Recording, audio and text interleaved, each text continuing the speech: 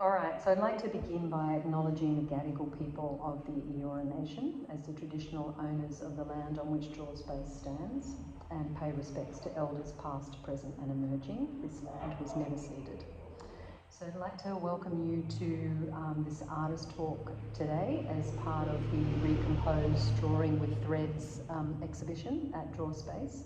And we are chatting today to Monika Cvitanovic, who has some beautiful work in the show that has been widely admired.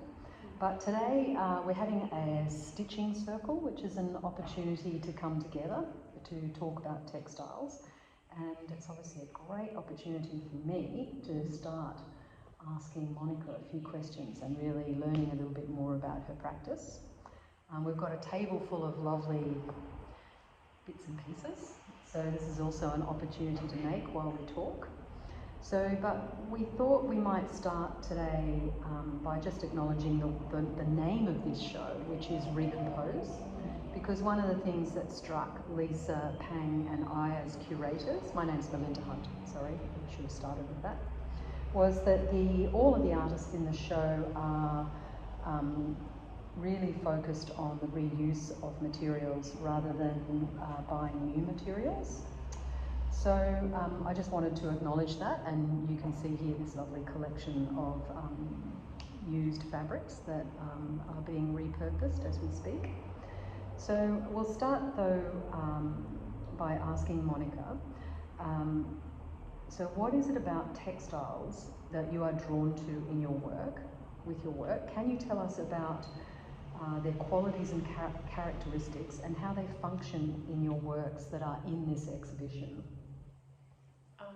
I'd say that I'm very drawn to the textility of textiles, and I feel like I'm very interested in reclaiming found textiles, both personal and found, and I'm interested in sort of repurposing and extending their lives and sort of highlighting the labour that's embedded in textiles that are there around us. So that's mainly, I guess, what interests me. And also there's this sense of connection with my mother and both my grandmothers who worked with textiles and did different crafts. So I feel like it's a creative language that serves as a connection to them as well. Okay, fantastic. So where would all of these have come from, for example? I mean, there are sort of different materials here. This is towel, and there's materials that are, like here's some lace. Are these salvaged from garments? Do you cut these up? So there's some cut-off garments that I used to wear, or okay. So some of them are yours. They have a whole history that you recall. Yes, you some look at them. Yeah, and some of them got damaged or had stains on them, so I cut up some smaller garments or underwear to be able to use some of the details that that are interesting. So I kept them to be able to collage them into my future works. A lot of these offcuts and scraps have also been given to me by friends, like Sonia also, and some other friends from uni who have saved some offcuts from previous sewing projects, or some of the textiles, house textiles that they also I guess appreciate but don't know what to do with them, so they kind of hand them to me. So little bundle that we have on the table here has been I just chose some interesting visually and textures. In terms of textures, interesting materials that we could work with today. And so yeah, you mentioned histories of say personal textiles that are included here. I'm also very interested in that aspect of textiles, the histories and layers of I guess, meanings that are embedded in them. So I thought it would be nice to have a mix of different histories and meanings and textures here on the table. Yes, I guess, I mean, we're surrounded by textiles. We sleep in them at night. We wear them all day. They hang across the windows. You know, I guess, you know, it's sort of, they're so sort of widely used, and yet sometimes, you know, I mean, I'm sure we can all think of particular garments in our lives that we've had very strong associations with. You know, they might have been worn at particular occasions, or, you know, things that you've, you know, kept since you were young. I mean, I imagine that's quite a common thing. Do you tend to keep things of your own for a long time? Do you save them? I do. You're a hoarder of textiles? Yes, and having a studio space really helps with that, because it's nice to be able to work, to have a little station where you work and where you can get messy and you don't have to, you know, pack up each time after you finish working on a project. But also, yes, being mindful of keeping and stashing textiles and being mindful, and I guess having this mindset of saving different textiles for future projects, or being appreciating the labor and you know, investment behind the textiles.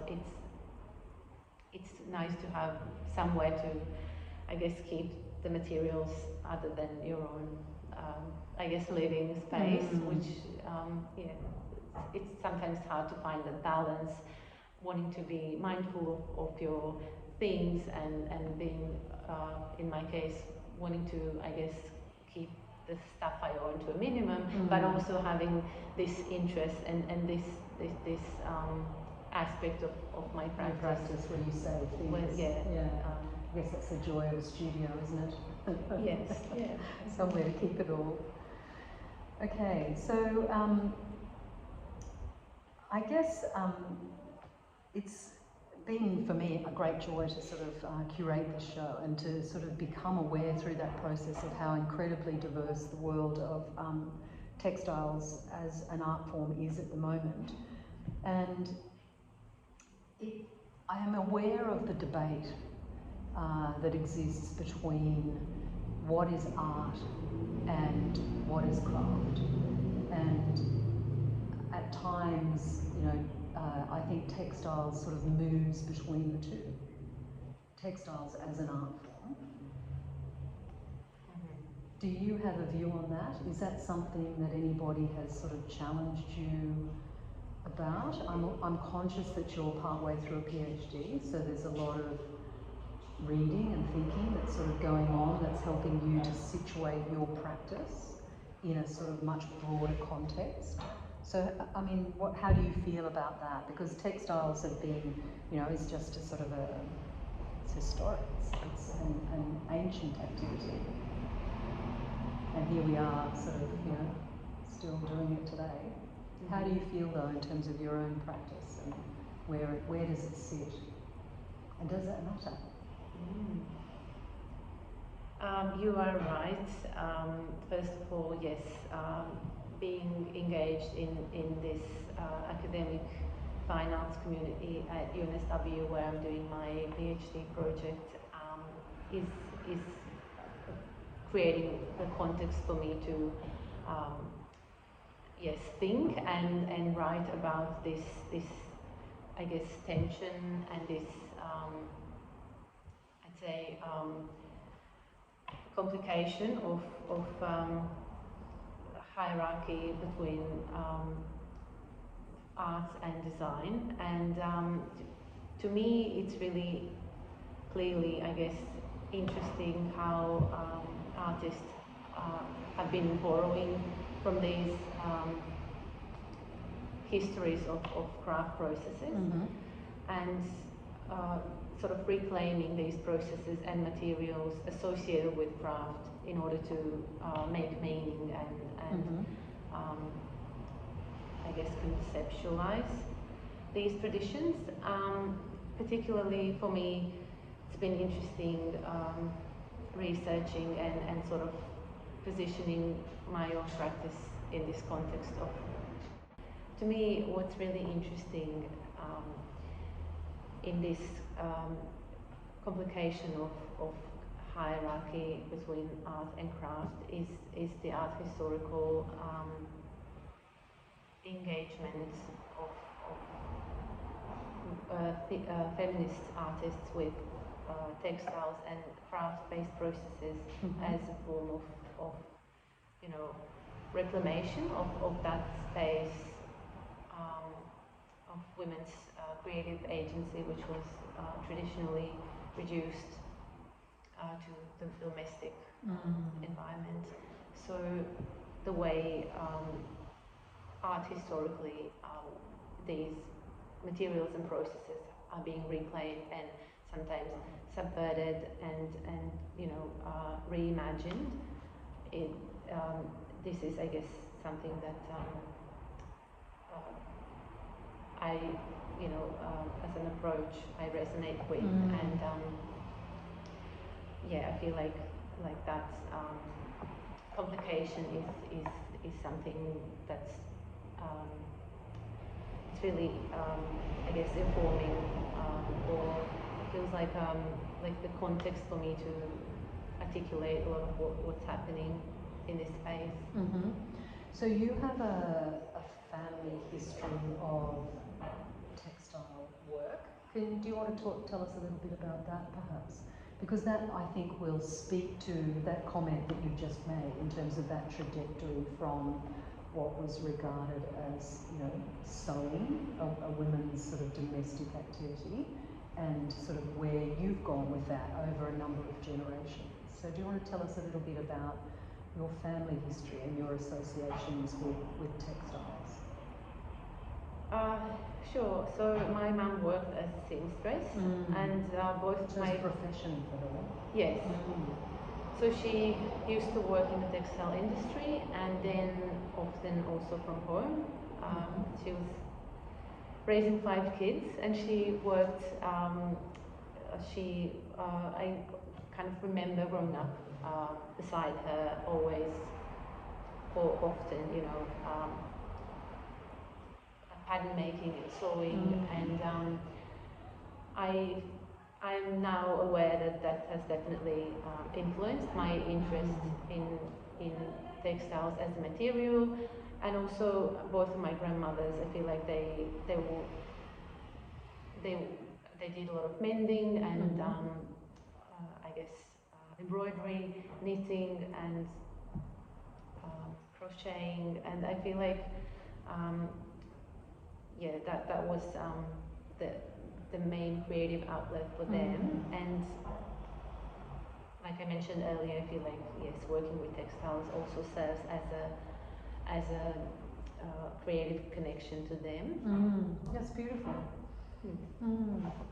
So did you work with them as well as a child? I learned some I guess, processes from them, some stitches, but I also learned quite a bit about stitching as part of my secondary education.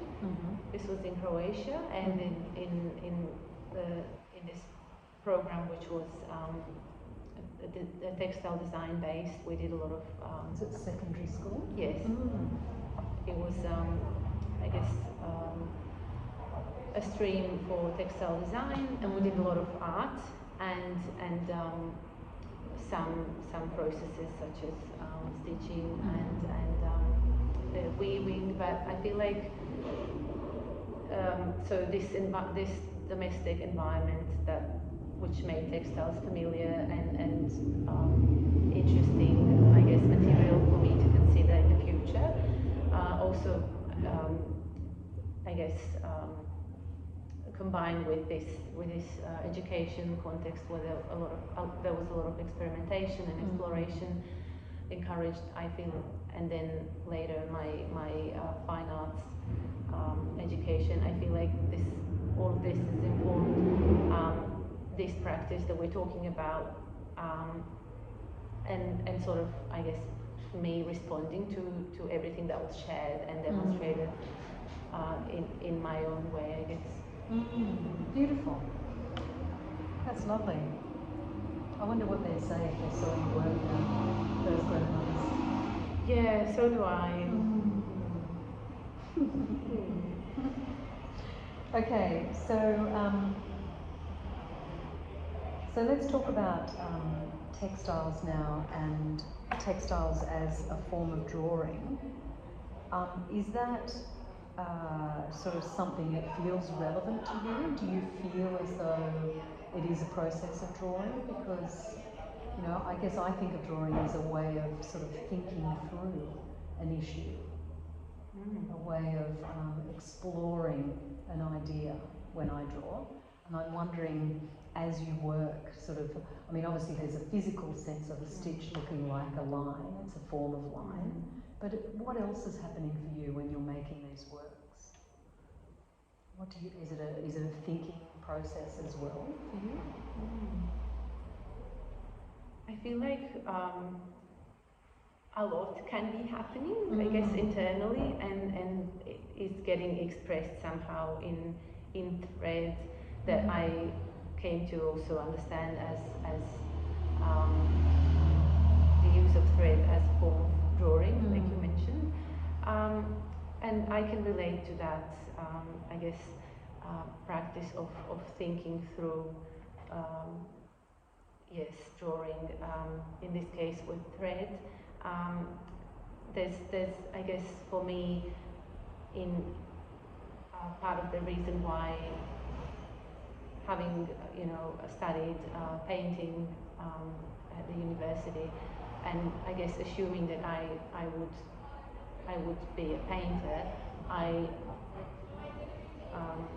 realized that painting on found or personal textiles sort of was much more interesting to me than painting on clean canvas or yes, paper as well. And there's I guess the interest in these histories that are embedded in the textiles, and then doing something sort of, say, drawing on these textiles, to me feels like, I guess, in a way, a form of doing something with the textiles that are not going to get used otherwise. That you know, this relates to the issue of textile waste that I find overwhelming, and by using thread to contextualize these rejected textiles into something new feels like a form of activism and doing my part, I guess, to reduce textile waste, but also does serve as a mindful practice that, you know, feels like it's slowing down the time, and it feels like I'm expressing, I guess, myself with thread. I'm all for anything that slows down time. You mentioned sort of earlier, so yeah. Yes, like, and I think, yes, there's something lovely about stitching. It's sort of counting time in a lovely way as well, every stitch. Yes, exactly. I think about it also as registering time you spend on the work. And also another thing I already think I mentioned, thinking about the layers of labors and invisible or hidden or undervalued, I guess, labors behind, or the textiles that I guess I like to work with. I feel like a friend actually noticed this in my works, especially the series that's included in this exhibition. She said that to her it feels almost like all these stitches are sort of making it look like there's even more labor, I guess, involved, or I guess highlighting the labors that might not be visible. So this laborious, I guess, application of stitches might actually be doing just that, but it was a friend who helped me, I guess, see that maybe that's what I was unconsciously doing. Maybe that this is also partly what I was after. That's interesting.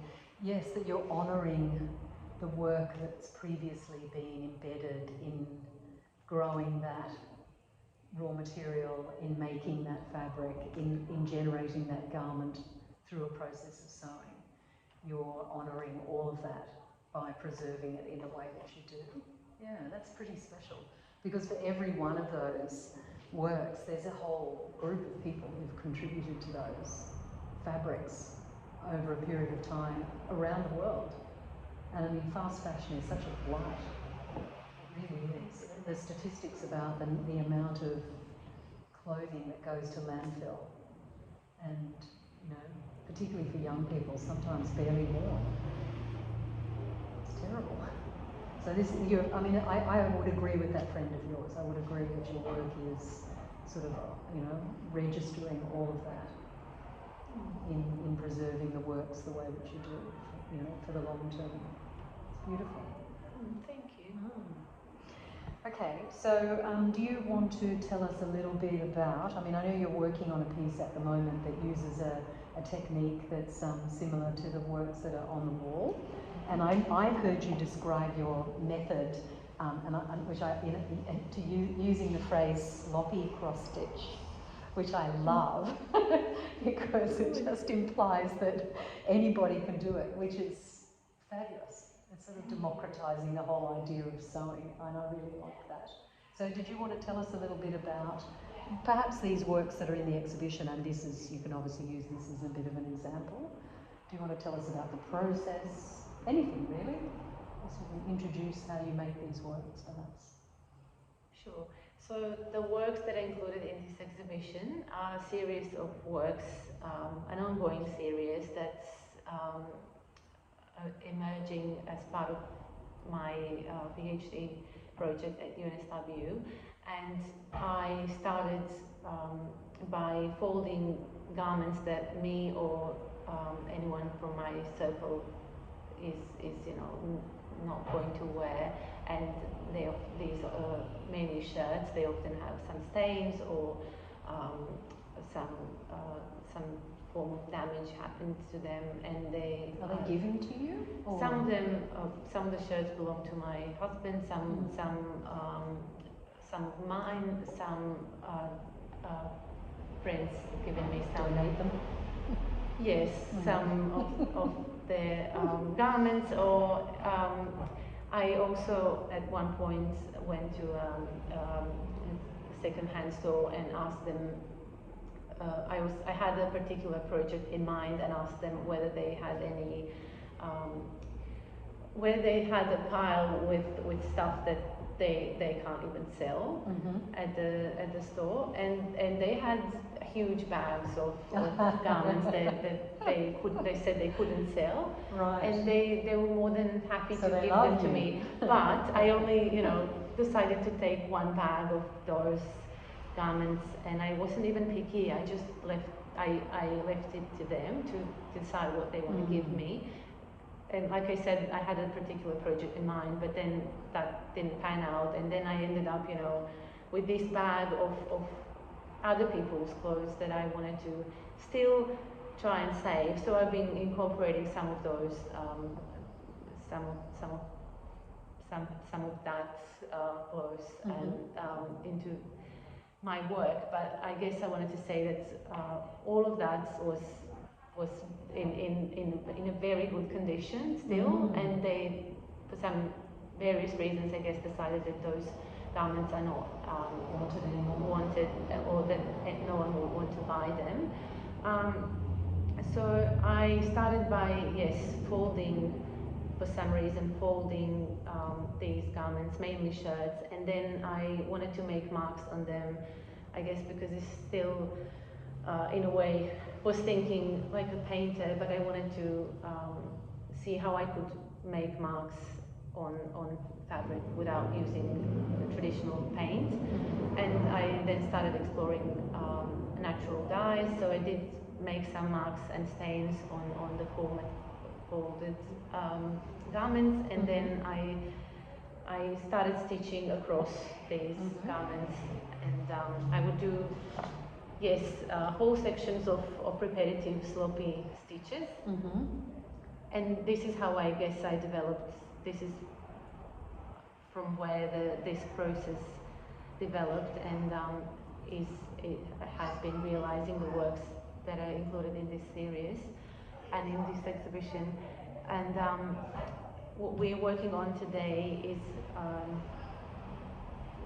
I guess, we're using similar processes, but we're using the scraps that we described earlier that I've been collecting for, over the years, and I thought we could work together, assembling them any way anyone liked, and then we would you know, use stitching to sort of collage these pieces together, and then we might end up creating one piece, a collaborative piece here today. So the coloured marks, these stains, what sort of substance do you use to create those? Because I recall talking to you about turmeric as being... Yes. Yeah. Anything else? So the yellow stains on this shirt, these are, yes, done using turmeric. I've got also beetroot dye that kind of worked, and there's also tea, and there's one, actually the most recent one included in the show is that those stains were made using eucalypt and iron, and also there's some onion skin also dye, that bath that I you know, attempted doing as part of a group natural dyeing workshop. So that's that was really interesting. Fantastic. Okay. Because there is a sense of the shirts being folded. There's sort of, to me, feels a sort of a personal, like we all fold garments, we do it all the time. And I felt with some of the shirts that there was a sense of them having been folded as if to sort of put them away. I like that about them. Folding is such a skill in itself. Beautiful. I feel like that might be maybe coming from this sense of care for textiles and the garments, and for people. There's a sort of very deeply sort of corporeal sense. They're very bodily. Clothes are worn on the body. They belong to people we care about, unless you take a bag from an op shop, in which case you don't know who those have come from. But I guess if people are giving them to you, there's that association with them as well. You know those people. There is, yes. All of the shirts that have been included here, these have been mine or from my close circle. Yeah. So yeah, that started as well. Okay. Fantastic. So this idea of a sewing circle, is this something that you think is helpful? Is it is it a part of your practice? Is it something you do more of? Does it serve any sort of other purpose for you? I feel like I want this to be part of my practice in the future. I want to you know, engage in this type of a circle, and I guess stitching circles where we work on projects collaboratively, and you know, have conversations about the processes that we like engaging in.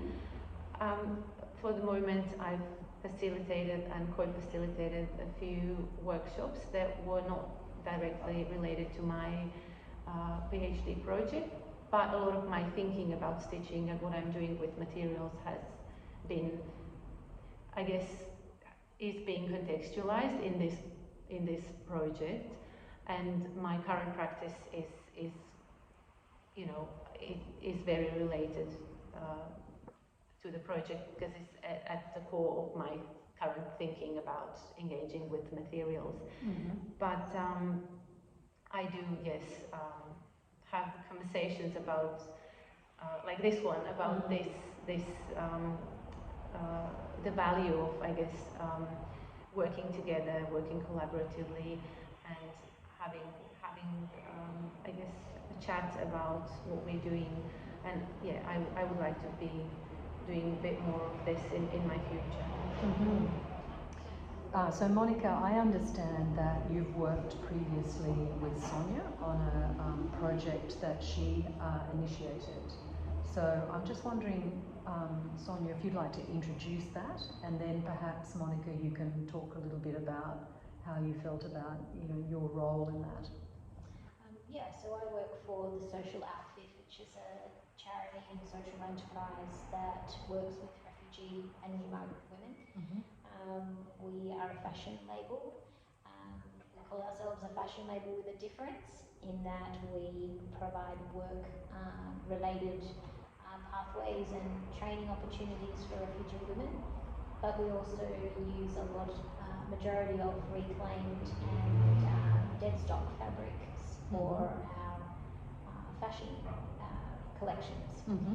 So I met Monika through a project that UNSW, the Social Outfit and the Embroiderers Guild were doing together, and then we had the opportunity to work together again on a project during Refugee Week where Monika used her stitching to teach women to make, or men and women, participants to make some kindness hearts out of reclaimed materials, and then the hearts were gifted either to another person or kept for themselves, and they used, Monika taught them different stitches and how to build the little hearts out of fabric, scraps and so on.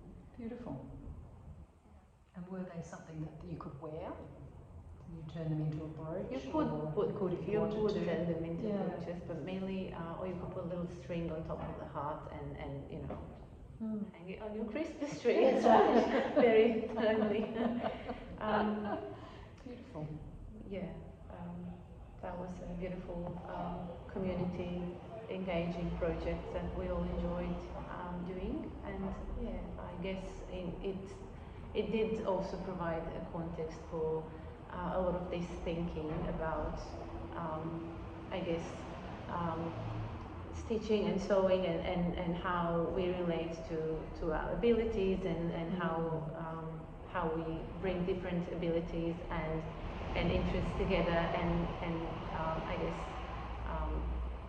sort of facilitates an activity that encourages people to, you know, rethink slow textiles and manual sewing and stitching, and I think that was maybe the most beautiful aspect of that activity, and also, yes, of